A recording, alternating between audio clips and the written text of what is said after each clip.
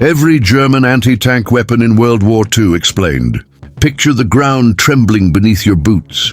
The deep, guttural roar of heavy diesel engines echoes through the fog, and the earth shakes as 30 tons of Allied steel roll relentlessly toward your trench. You have nowhere to run, nowhere to hide, and nothing but a cold metal tube in your trembling hands. How do you stop an unstoppable metal monster? Welcome back, history veterans. Today, you are going to witness the ultimate, definitive guide to the desperate, terrifying, and brilliant engineering that defined the Third Reich's brutal fight against Allied armor. This is every German anti-tank weapon in World War II explained. We are taking a deep dive into the absolute peak of military engineering, breaking down the exact science, the raw stopping power, and the terrifying battlefield reality of these legendary weapons. You must watch this video till the very end, because the secret, suicidal weapons deployed in the final, collapsing days of the war will absolutely blow your mind. Before we march onto the battlefield, hit that subscribe button right now to join our ranks. And to prove you are a true military historian, drop the number 88 in the comments section down below right now. Let the deep dive begin. Weapon number 1, the Sniper of Steel. Name, Panzerbüchse 39.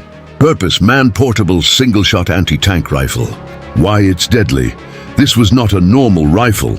It was a handheld cannon designed for absolute precision. It fired a specialized 13mm cartridge with a hardened tungsten core at incredibly high velocities. When this super-fast projectile struck early armor, it did not just punch a hole. It created a shockwave. The kinetic energy caused the inside of the enemy tank's armor to shatter, creating a storm of razor-sharp steel shrapnel called spalling, which would violently ricochet inside the tight crew compartment, neutralizing the operators without even needing a massive explosive charge. Real-world use. In the opening stages of the conflict, as German forces swept across Europe, the Panzerbüchse was a terrifying weapon. A lone infantryman hidden in a ditch could completely disable a British or Polish light tank from hundreds of yards away. However, military technology evolved violently fast. As the armor on Allied tanks grew thicker and heavier, the tungsten rounds began to simply bounce off the steel plating. The weapon quickly transformed from a deadly sniper of steel into a completely obsolete piece of metal, forcing German engineers back to the drawing board. Weapon number 2, the door knocker. Name, Pak 36, 3.7 centimeter anti-tank gun. Purpose, highly mobile towed light anti-tank artillery. Why it's deadly? The secret to the Pak 36 was its incredible mobility and rapid rate of fire. A well-trained crew could unhook this gun from a transport vehicle, pivot it into a camouflaged firing position, and unleash a devastating barrage of armor-piercing shells in mere seconds. Against light armor, it acted like a giant machine gun, rapidly tearing apart thinly armored troop transports and scout vehicles before they even knew they were under attack. Real-world use. Its absolute dominance ended the moment German forces crossed into Soviet territory. When the Pak 36 crews came face to face with the heavily sloped, thick armor of the legendary Soviet T-34 medium tank, panic set in. The German shells shattered against the Russian steel like glass. The German soldiers, relying on dark humor to cope with their terrifying situation, sarcastically nicknamed this weapon the Army Door Knocker. Firing it at a heavy tank did nothing but knock loudly on the armor, angrily alerting the enemy giant to exactly where the German anti-tank crew was hiding. Weapon number 3, the intermediate assassin. Name, Pak 38, 5 centimeter anti-tank gun. Purpose, medium-towed anti-tank artillery. Why it's deadly? Born out of the absolute desperation caused by the failure of the door knocker, the Pak 38 was heavier, meaner, and hit significantly harder. It was one of the first German weapons to widely utilize advanced Panzergranate 40 ammunition. This ammunition contained a sub-caliber tungsten core. Because tungsten is significantly denser and harder than steel, this gun could successfully punch through the sloped armor of mid-war tanks that had previously been invincible. Real-world use. This gun gave German infantry a fighting chance. It was low to the ground, making it incredibly easy to hide in the deep, snow of the Eastern Front, or the dense bushes of the European countryside. An Allied tank commander looking through a tiny vision slit would never see the Pak-38 until a blinding flash erupted from the tree line, followed instantly by a massive kinetic impact. While it struggled against the heaviest tanks later in the war, it remained a vital, deadly assassin on the front lines for years. Weapon number 4, the backbone of the Reich. Name Pak-40, 7.5 centimeter anti-tank gun. Purpose, standard-towed heavy anti-tank artillery. Why it's deadly? This was the undisputed heavy workhorse of the German military. It fired a massive heavy shell at blistering speeds. The sheer kinetic energy generated by the Pak-40 was enough to rip the turret clean off a medium tank upon a direct impact. It didn't just pierce armor, it devastated the internal structure of the target, igniting ammunition and turning the enemy vehicle into a burning coffin of twisted metal. Real-world use, the Pak-40 was everywhere. It was the absolute backbone of German defensive lines. From the burning deserts of North Africa to the freezing, muddy steppes of Russia and the blood-soaked hedgerows of Normandy, the Pak-40 was deeply feared by Allied forces. American Sherman tank crews and Soviet T-34 commanders lived in constant, waking terror of a hidden Pak-40 battery. A single, well-placed camouflaged crew could halt an entire armored column, destroying multiple tanks, before the smoke even cleared enough for the Allies to return fire. Weapon number 5, the unrivaled legend. Name 8.8 centimeter flak and Pak-43. The legendary 88. Purpose, high-altitude anti-aircraft. Cannon converted into the ultimate heavy anti-tank weapon. Why it's deadly?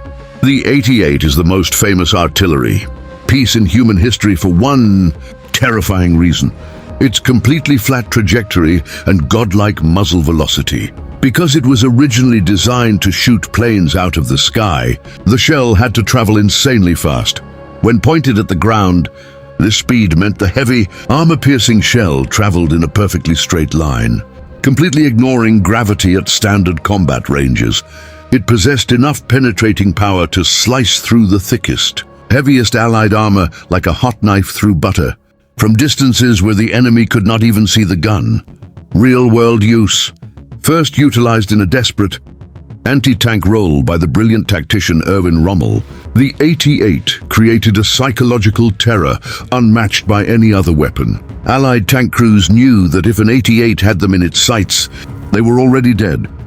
They would hear the explosion of their tank, being destroyed a fraction of a second, before they heard the actual sound of the gun firing, because the shell traveled much faster than the speed of sound.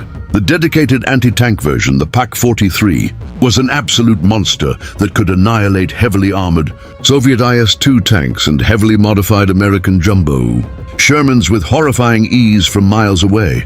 Weapon number 6, the disposable death ray, Name Panzerfaust. Purpose, mass-produced, disposable, single-shot recoilless anti-tank launcher.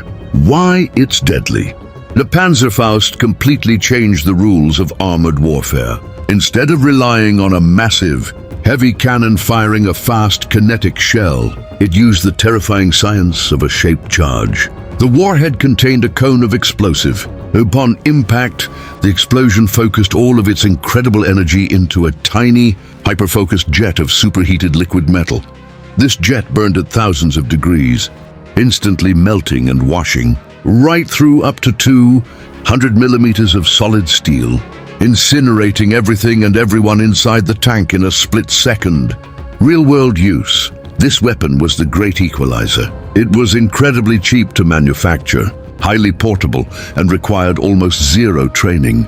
In the brutal closing chapters of the war, as the Allies closed in on Germany, millions of these weapons were handed out to standard infantrymen, the elderly, and even young teenagers in the civilian militia. In the claustrophobic, ruined city streets of Berlin, a single person hiding in a basement window with a Panzerfaust could instantly vaporize a massive tank, turning urban combat into an absolute meat grinder for Allied armored divisions. Weapon number 7, the true tank terror, Name Panzerschreck, Panzerbüchse 54. Purpose, reusable, shoulder-fired heavy rocket launcher. Why it's deadly, translating literally to tank terror. This weapon was developed after German engineers analyzed captured American bazookas. But the Germans made their version much larger and far more devastating, firing a massive 88mm rocket.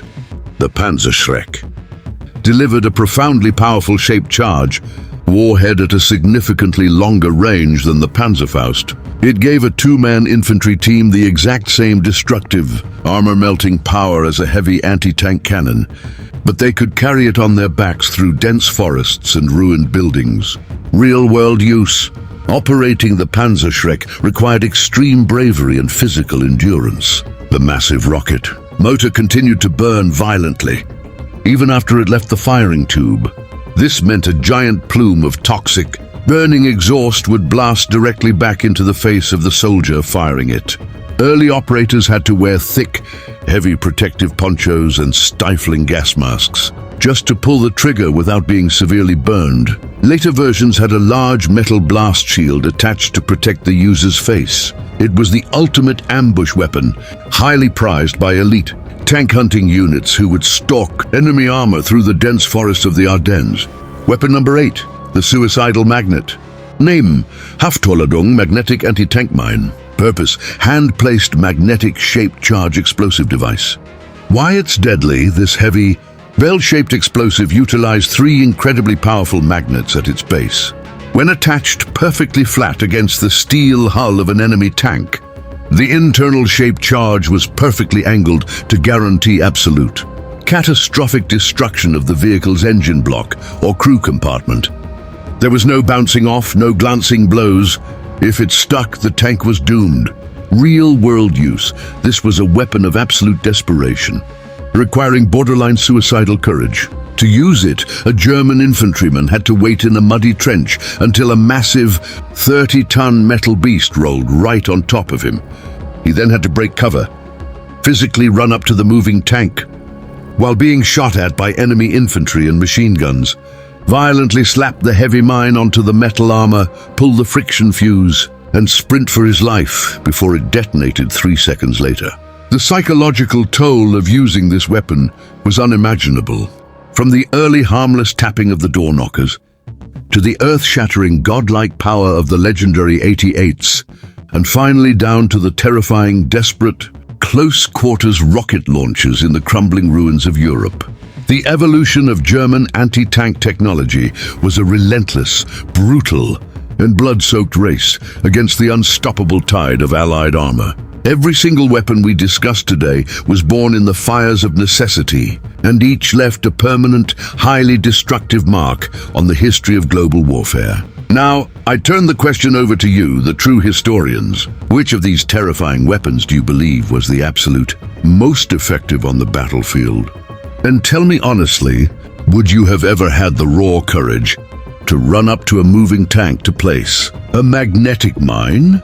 Drop your deep thoughts and detailed answers in the comments section down below right now. If you loved this deep emotional dive into military history, you know exactly what to do. Smash that like button, subscribe to the channel, and ring that notification bell so you never miss out on our stunning historical breakdowns. Your support keeps this channel alive.